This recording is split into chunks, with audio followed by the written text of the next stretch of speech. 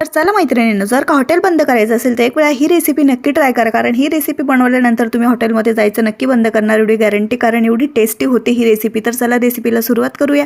इथे घेतले मी बीन्स, कांदा, टोमॅटो, लसूण घेतलेले छान मीडियम आकारात कट करून घेतला। आता एका कढईमध्ये टाकले मी 2 चमचे तेल, त्यामध्ये मी खडे मसाले टाकलेत, बेडगी मिरची घातलेली आहे 2, त्यानंतर 1 चमचा बडीशोप, 1 चमचा धणे त्यानंतर घातलेला आहे। ह्यामध्ये लसूण भरपूर घालायचा आहे, 2 टोमॅटो घातले, 3 कांदे घातले। तुम्ही हे सगळे मसाले तुम्हाला ग्रेव्ही किती कमी जास्त करायची त्याच्यावर अवलंबून वापरू शकता। आता हे मस्तपैकी आपल्याला मिक्स करून घ्यायचं, यामध्ये अर्धा ग्लास पाणी टाकायचं, झाकण ठेवायचे, तोपर्यंत तांदूळ शिजत घालूया, कारण हॉटेल स्टाईल थाळी बनवायची आहे ना। तर बघू शकता इथे मस्तपैकी आपले जे मसाले आहेत ना मऊ झालेले आहेत, तुम्ही बघू शकता छानपैकी। टोमॅटो तर बघू शकता किती छान मऊ झाले, बेडगी मिरची सुद्धा, आणि त्याचा कलर सगळा मसाल्यामध्ये उतरला आहे आपल्या बाकीच्या।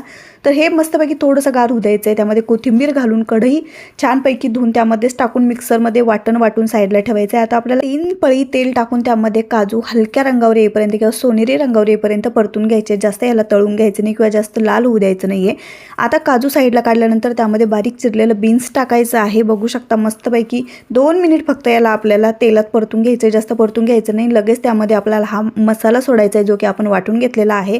ही भाजी खूप झटपट होते, ह्या भाजीला अजिबात बनवायला वेळ लागत नाही। आता तेल सुटेपर्यंत छान आपल्याला परतायचं आहे, पण त्याआधी आपल्याला ह्यामध्ये टाकायचं आहे एक सिक्रेट गोष्ट, ती म्हणजे गोड दही। तर ह्या दह्यामध्ये 1 चमचा साखर टाकून मी आधीच फेटून साईडला ठेवलेलं होतं, आणि आता बघू शकता ह्या दह्यावरच आपल्याला टाकायचं आहे 1 चमचा लाल तिखट, अर्धा चमचा हळद, 1 चमचा गरम मसाला आणि 1 चमचा पावभाजी मसाला। तर ह्याने सुद्धा खूप छान फ्लेवर येतो या भाजीमध्ये।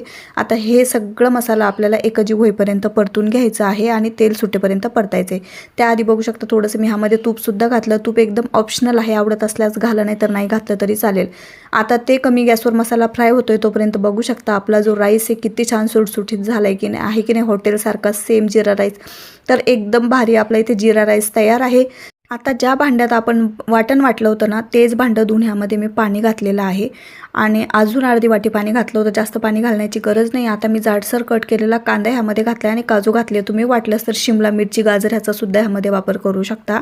आता मस्तपैकी ह्याला मिक्स करून घ्यायचं आहे, चवीनुसार मीठ घालायचं आहे, परत एकदा मिक्स करायचं आहे।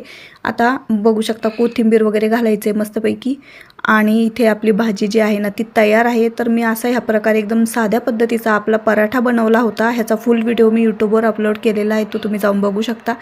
परत भेटूया अशाच नवीन रेसिपीसोबत, तोपर्यंत मस्त खा आणि स्वस्त राहा, बाय बाय।